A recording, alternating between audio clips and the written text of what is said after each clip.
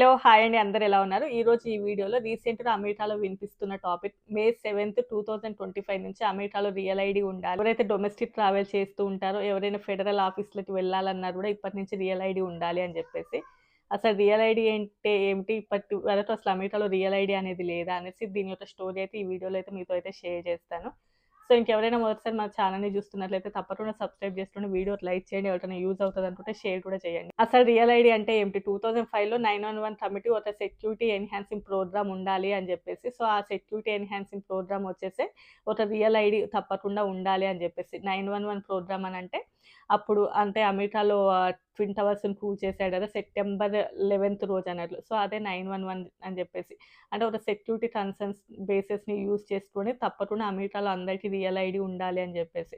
Even Congress వాళ్ళు ఎళ్ళినా గూడా ప్రతిసారి గూడా అది పోస్ట్‌పోన్ అవుతూనే వచ్చింది. ఈ రియల్ ఐడీ అనేటటువంటి ప్రోగ్రామ్.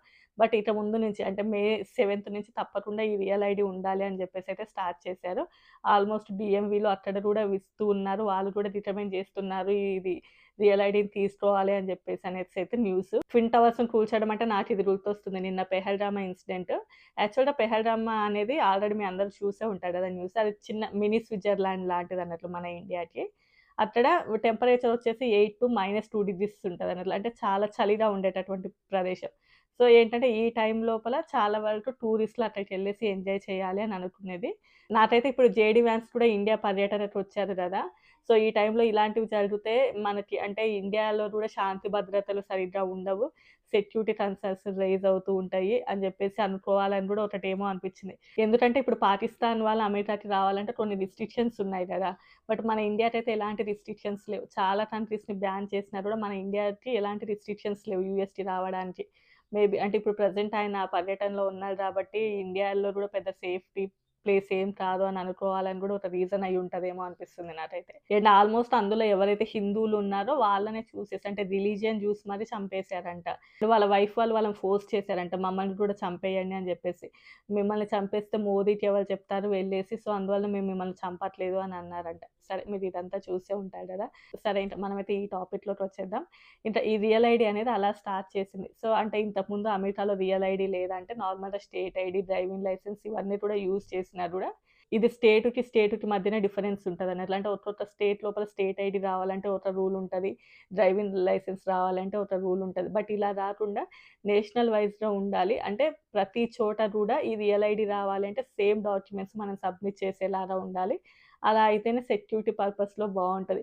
అంటే కొన్ని చోట్లలో స్టేట్ ఐడీ రావాలంటే చాలా డాక్యుమెంట్స్ సబ్మిట్ చేయాల్సుంటది. అండ్ డ్రైవింగ్ లైసెన్స్ రావాలన్నా కూడా ఎగ్జామ్స్ రాసేసి చాలా ప్రొసీజర్ ఉంటది. బట్ కొన్ని స్టేట్స్ లోపల ఇవి రావాలంటే కొంచెం ఈజీగానే వస్తాయన్నట్లు.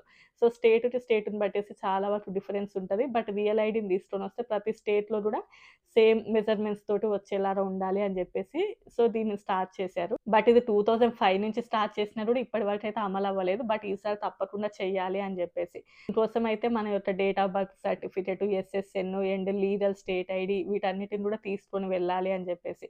వాటిని బేస్ చేసుకొని వీళ్ళకి రియల్ ఐడీ ఇవ్వాలా? లేదా? అనేసి వాళ్ళ యొక్క డేటాలో చెక్ చేసుకొని ఇస్తారు అని జెప్పేసి. అండ్ దీని మీద ఇంకా కొన్ని వినిపిస్తూ ఉన్నాయన్నట్లు. అంటే ఇది ప్రతి ఒక్కరికి గూడా అవసరం లేదు. ఎవరైతే అమెరికన్ సిటిజన్స్ ఉంటారో వాళ్ళకి తప్పకుండా కావాలి. అండ్ గ్రీన్ కార్డ్ హోల్డర్స్ అయితే ఎవరైతే ఉంటారో వాళ్ళకి తప్పకుండా కావాలి అని జెప్పేసి. మళ్ళీ ఇప్పుడు ఇది గూడా స్టేట్‌కి మధ్యన డిఫరెంట్‌గా ఉందంట. కొన్ని స్టేట్‌లో ఏంటంటే ఎవరికైతే పాస్‌పోర్ట్‌లో వాళ్ళ యొక్క వీసా ఎక్స్‌పైర్ అయిపోయిందో వాళ్ళకి మేమివ్వము అని జెప్తున్నారంట. అంటే ఆల్రెడీ డీఎంవీలో స్టార్ట్ చేశారంట ఇది ఇవ్వడం. సో, మీకిది ఆల్రెడీ వీసా ఎక్స్‌పైర్ అయిపోయింది. మీకిప్పుడు రియల్ ఐడీ రాదు అని జెప్పేసి చెప్తున్నారు. సో, మీరెవరైనా డ్రైవింగ్ లైసెన్స్ కోసం గానియండి, ఈవెన్ స్టేట్ ఐడీ కోసం గాని, ఈవెన్ మన స్టేట్ ఐడీ గూడా ఎక్స్‌పైర్ అయిపోతూ ఉంటది గదా! దానిని కూడా రెన్యువల్ చేపిస్తూ ఉంటాం గదా!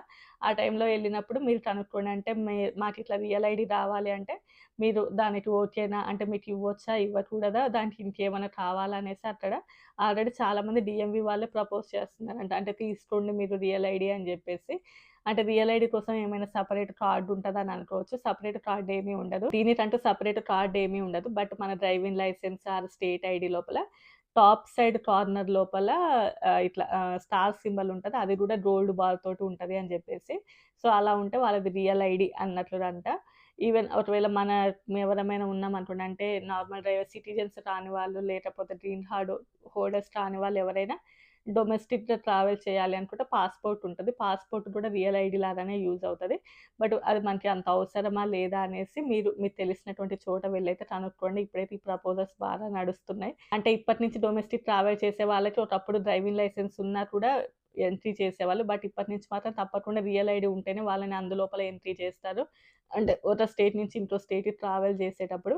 బట్ మన పాస్‌పోర్ట్ కూడా రియల్ ఐడీ లాగానే యూజ్ అవుతది అని చెప్పేసి కొంతమంది, లేదు వాళ్ళు కూడా సెపరేట్‌గా తీసుకోవాలి రియల్ ఐడీ, పాస్‌పోర్ట్‌ని బేస్ చేసుకొని అని చెప్పేసి. సో, దీని మీద ఇంకా డీటెయిల్డ్ అయితే మీకు దగ్గరలో ఉన్నటువంటి డీఎంవీకెళ్ళేసి అయితే మీరు ఇన్ఫర్మేషన్ ఇంకా గ్యాదర్ చేయండి. అంటే మీకు ఇంకా అవసరమా లేదా అని చెప్పేసి. సో, ఇంతే అండి ఈ వీడియో. నా వీడియోస్ నచ్చితే తప్పకుండా లైక్ చేసి, షేర్ చేసి, సబ్స్క్రైబ్ చేసుకోండి. Bye bye.